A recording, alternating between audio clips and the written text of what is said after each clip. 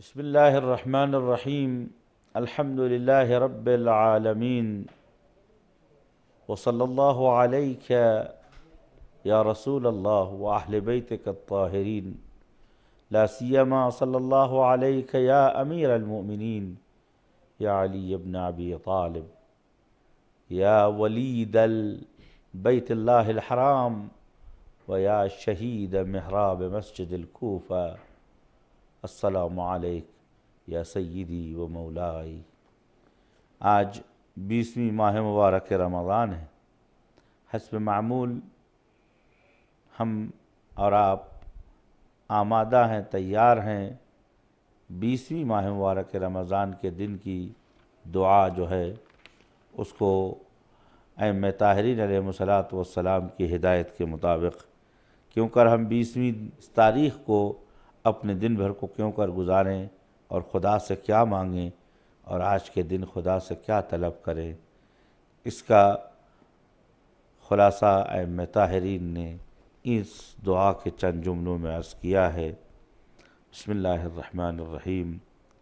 اللہم افتح لی فیہ ابواب الجنان واغلق عنی فیہ ابواب النیران ووفقنی فیہ لتلاوت القرآن یا منزل السکینۃ فی قلوب المؤمنین۔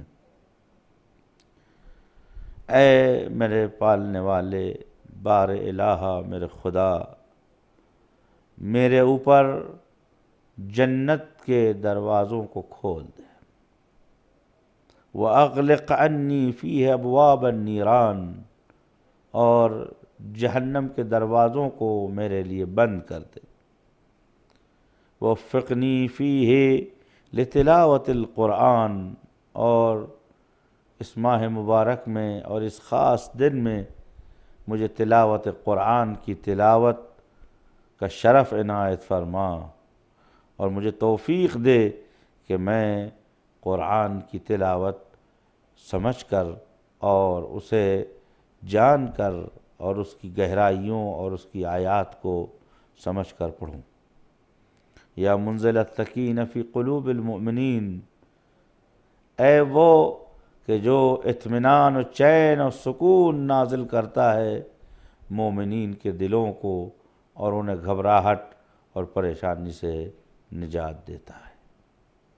ماہ مبارک رمضان کی خصوصیت یہ ہے کہ حضور سرور کائنات حضرت محمد مصطفیٰ صلی اللہ علیہ وآلہ وسلم نے خطبہ مبارک شعبانیہ میں فرمایا تھا کہ ماہ مبارک رمضان میں جہنم کے دروازوں کو بند کر دیا جاتا ہے، ماہ مبارک رمضان میں آتش جہنم کو سرد کر دیا جاتا ہے، ماہ مبارک رمضان میں جہنم کے شعلوں کو ٹھنڈا کر دیا جاتا ہے اور دروازوں کو بند کر دیا جاتا ہے، ماہ مبارک رمضان میں جنت کے دروازوں کو کھول دیا جاتا ہے، ہر طرف سے جنت میں داخل ہونے کے لیے سارے دروازوں کو وا کر دیا جاتا ہے، کھول دیا جاتا ہے۔ ایک طرف جہنم کے سارے دروازے بند ہیں، دوسری طرف جنت کے دروازے کھلے ہوئے ہیں، اور احادیث میں آیا ہے کہ جنت میں داخل ہونے کے بہت سے راستے ہیں، ان میں سے ایک راستہ تلاوت قرآن کریم کا ہے۔ لہذا امام سجاد علیہ السلام فرماتے ہیں کہ ہر انسان مومن کے اوپر اللہ نے یہ فرض کیا ہے کہ وہ ہر روز اپنے اس ایگریمنٹ اور اس وعدے اور عہد نامے پہ روزانہ ایک نظر ڈالے، چونکہ اللہ اور اس کے بندے کے درمیان یہ قرآن ہے جو ایگریمنٹ ہے، اور کم سے کم 50 آیتوں کی تلاوت کرے۔ اس کے بعد فرماتے ہیں کہ روز قیامت جب یہ مومن پہنچے گا تو اس سے کہیں گے اقرأ فرفا، ان آیات کو تو پڑھتا جا، تیرا درجہ خود بخود بلند ہوتا جائے گا۔ اب جنہوں نے اس دنیا میں قرآن کی آیات کی تلاوت نہ کی ہوگی، جنہوں نے اس دنیا میں قرآن کے مفاہیم سے آشنائی حاصل نہ کیا ہوگا، وہ یقیناً اس دنیا میں نہ قرآن پڑھ سکتے ہیں اور نہ قرآن کو سمجھ سکتے ہیں اور نہ قرآن کے فیض سے فائدہ اٹھا سکتے ہیں۔ لہذا معصوم فرماتے ہیں وفقنی فیہ، مجھے توفیق دے، کامیاب فرما کہ میں تلاوت قرآن مجید اس مہینے میں کر سکوں۔ تلاوت کے ہزاروں ثواب ہے۔ احادیث میں ہے کہ جس گھر میں قرآن کی تلاوت کی جاتی ہے اس گھر میں فقر و فاقہ نہیں آتا، اس گھر میں تنگ دستی و بیماری نہیں آتی ہے، منحوسیت و شیاطین جن و انس اس گھر سے دور ہوتے ہیں۔ قرآن مجید کی تلاوت کا فائدہ یہ ہے کہ اس کا گھر نورانی ہو جاتا ہے، اور اس نور کی برکت یہ ہے کہ احادیث میں ہے کہ 40 گھروں تک قرآن کی تلاوت کرنے کا ثواب اور اس کی خیرات و برکات دوسروں تک منتشر ہوتے ہیں۔ اور عجیب بات ہے کہ لِكُلِّ شَيْءٍ رَبِيعٌ وَرَبِيعُ شَهْرِ رمضان القرآن، ہر شے کی ایک بہار ہے اور رمضان کی بہار کا نام ہے قرآن۔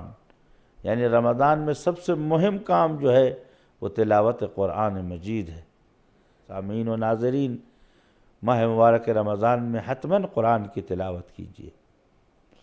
امیر المومنین علی بن ابی طالب علیہ السلام کے لیے ملتا ہے کہ آپ ہمیشہ آپ کے لب تلاوت قرآن میں مشغول رہا کرتے تھے۔ جنگ صفین میں آپ تلوار چلاتے جا رہے تھے اور آپ کے لب قرآن کی تلاوت میں مشغول تھے۔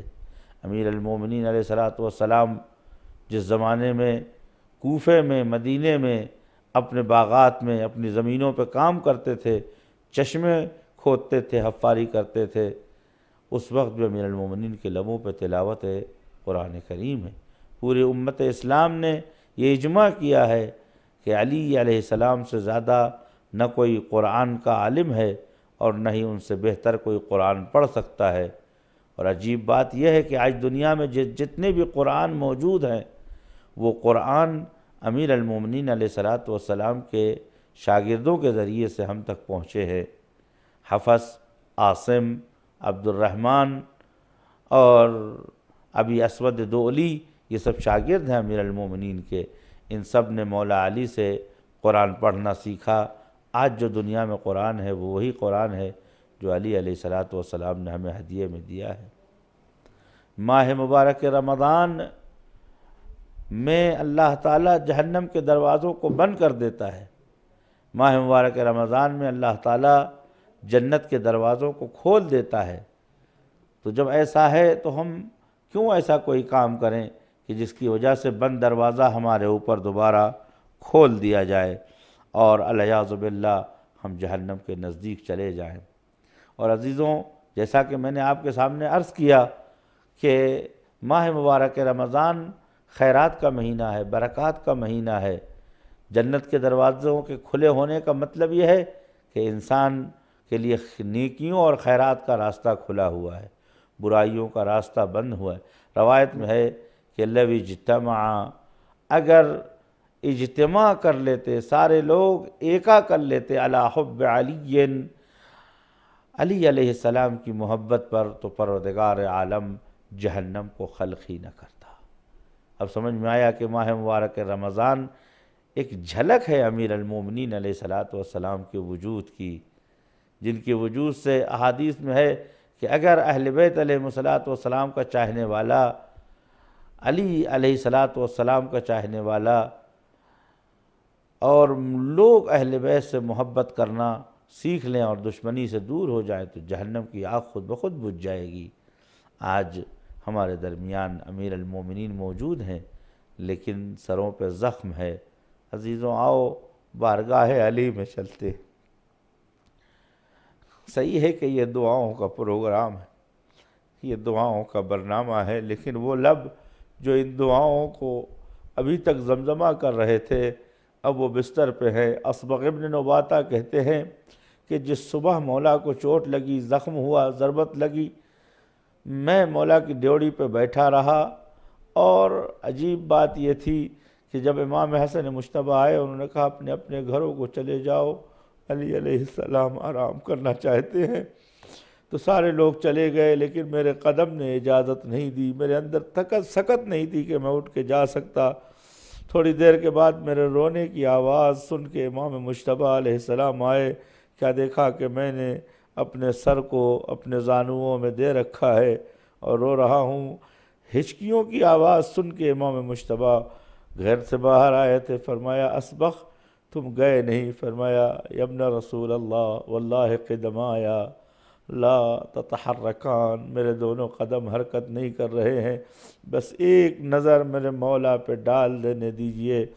اسبق کہتے ہیں میں حجرے میں داخل ہوا، کیا دیکھا کہ امیر کائنات بستر پہ لیٹے ہوئے ہیں، سر پہ زخم کی جگہ پر پیلی پٹی بندھی ہوئی ہے، لیکن بدن سے اتنا خون بہہ چکا ہے کہ اندازہ نہیں لگا پا رہا تھا کہ وہ پیلی پٹی زیادہ پیلی تھی یا مولا کے چہرے کا رنگ زیادہ پیلا تھا۔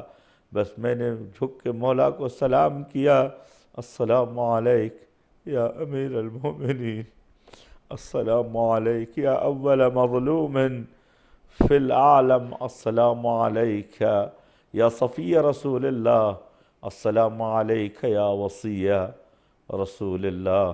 خدا بحق امیر المومنین علیہ السلام ماہ مبارک رمضان میں کار خیر کرنے کی توفیق ہمیں عنایت فرما، بند دروازوں کو جہنم کے کبھی ہم پہ نہ کھلنے دے، اور جنت کے دروازوں پہ ہمیں ہمیشہ کھلا اور وا رکھ، پالنے والے قرآن سے انس کی توفیق عنایت فرما، اور ہمیں قرآن کے ساتھ محشور فرما بحق محمد و آل محمد۔ ماہ مبارک رمضان میں جو خوبیاں اور اچھائیاں تو ہمیں سکھاتا ہے، خدا سال بھر تک یہ ہمارے وجود کے اندر ملکہ اور جاگزی فرما کہ ہمیشہ ہمارے وجود میں یہ خوبیاں ہوں۔ خدا بحق امیر المؤمنین علیہ السلام تمام سامعین و حاضرین و ناظرین کو زیارت بامعرفت امیر المؤمنین نصیب فرما۔ آخر دعوانا الحمد للہ رب العالمین، یا الہ الاولین والآخرین، والسلام علیکم ورحمۃ اللہ وبرکاتہ۔